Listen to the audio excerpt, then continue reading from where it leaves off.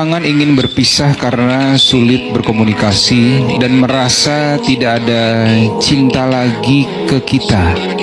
Sementara kita sudah berusaha keras untuk berubah sesuai keinginannya, tapi tetap dianggap salah di matanya.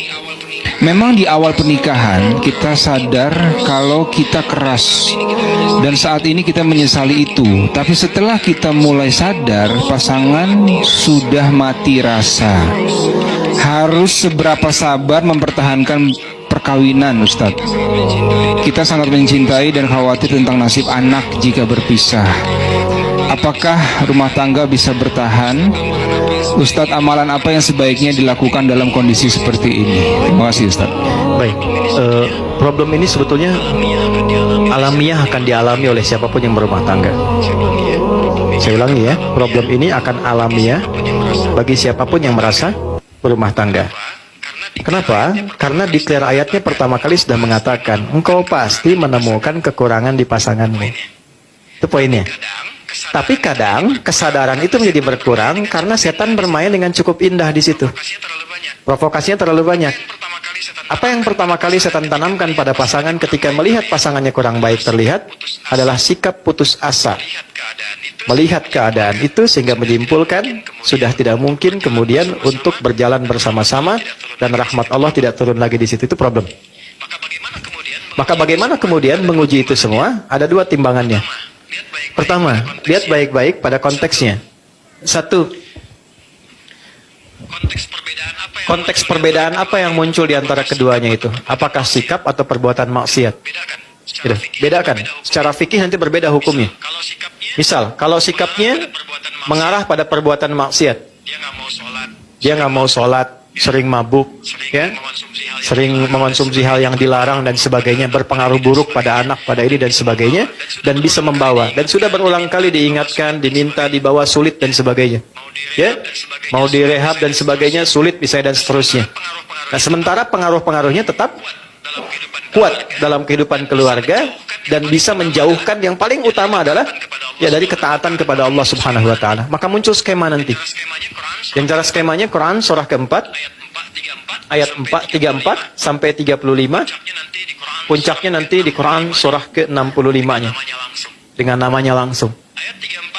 Ayat 34 ayat 35 memberikan jalan keluar. Satu, dari komunikasi faidhuhunna.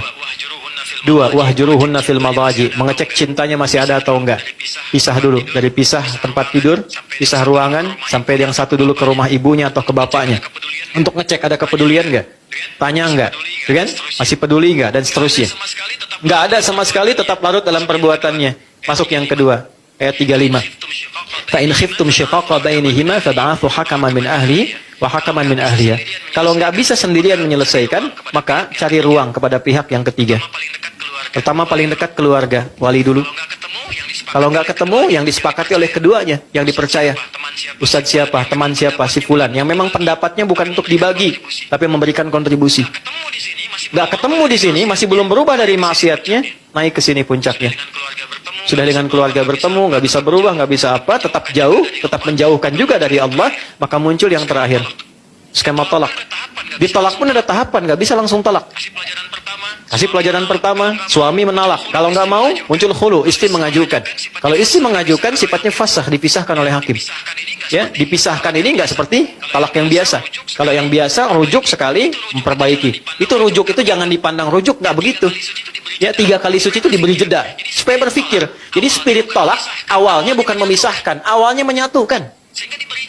Sehingga diberi jeda. Coba 3 kali suci, berpikir enggak, berpikir enggak, berpikir enggak. Awalnya tolak itu turun untuk menyatukan, bukan memisahkan. Tapi ketika ini bengal tidak berubah, misalnya tetap dalam konteks maksiatnya, maka muncullah perpisahan. Ya, itu pun masih mau dirujuk apa enggak? Kalau enggak ya sudah, kalau yang perempuannya nikah lagi selesai. Kecuali ini selesai nyambung lagi. Ini dalam konteks maksiat. Tapi dalam konteks perilaku yang bukan maksiat, misal karakter keras, kan? Macam-macam lah, silahkan keluarkan karakter 1, 2, 3, 4, 5 dan seterusnya. Sepanjang itu karakter, maka balik ke ayat tadi. Aku pasangkan, kata Allah, dia dengan karakternya kepadamu, karena hanya engkau yang bisa mendulang pahala dari sifat kurangnya untuk mengeluarkan sifat baikmu. Memang pahalanya ada di situ. Kan pengen surga, pengen baik, pengen mulia. Tapi bukan berarti terus-terusan begitu, bukan. Nanti ada jalannya. Ada jalannya. Maka yang pertama apa yang harus dilakukan? Satu, serahkan dulu kepada Allah dengan menerima. Ya Allah, terima kasih Engkau kirimkan dia untukku. Ya kan? Bukan yang lainnya, untuk meningkatkan sisi-sisi positif yang mungkin aku bisa tampilkan dalam kehidupan. Satu poin. Dua, saya agak cepat. Minta sama Allah, doa. Ya Allah, Engkau kirimkan dia kepadaku bukan pada yang lain. Dan Engkau janjikan dalam keberpasangan ini untuk saling menyempurnakan. Mohon turunkan sifat kerasnya menjadi lemah lembut. Bagaimana cara melakukannya? Ya, gak usah di depannya. Keras amat sih. Kenapa harus begitu sih? Capek begitu. Bangun malam, sholat di sampingnya. Minta sama Allah. Habis sholat minta sama Allah. Jaharkan aja.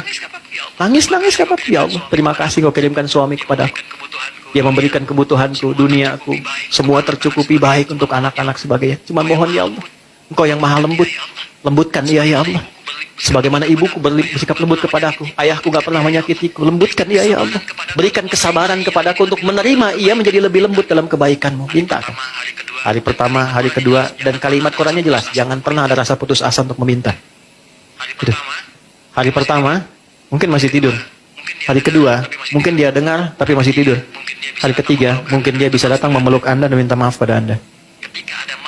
Ketika ada makhluk yang sulit ditaklukkan dengan makhluk lagi, minta kepada Khalik untuk melembutkan dan menaklukkannya.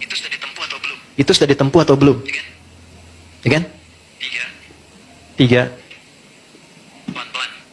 Pelan-pelan. Datangi pasangan. Tapi bukan untuk mencari kekurangan. Minta maaf kepadanya. Atau ilu. Dan gak usah gengsi. Aku minta maaf. Kalau dengan semua apa yang aku berikan saat ini belum bisa membuat engkau misalnya menjadi lebih baik, menjadi lebih nyaman dengan saya, menjadi lebih enak dengan saya minta maaf. Kalau saya belum sabar, belum baik, tolong tunjukkan saya bagaimana mesti bersikap. Minimal turunkan dulu tensinya. Setidaknya ada rasa maaf yang turun. Kalau sudah sedikit frekuensinya turun, lebih mudah untuk menatanya. Tiga, kalau belum bisa dilakukan, terakhir, ayat 35. Faba'athu hakaman min ahlihi wa hakaman min ahliha. Cari orang bijak yang bisa didengar. Kalau satu dan dua sudah tidak bisa saling mendengar satu dengan yang lainnya. Cari orang bijak untuk memberikan nasihat-nasihat terbaik.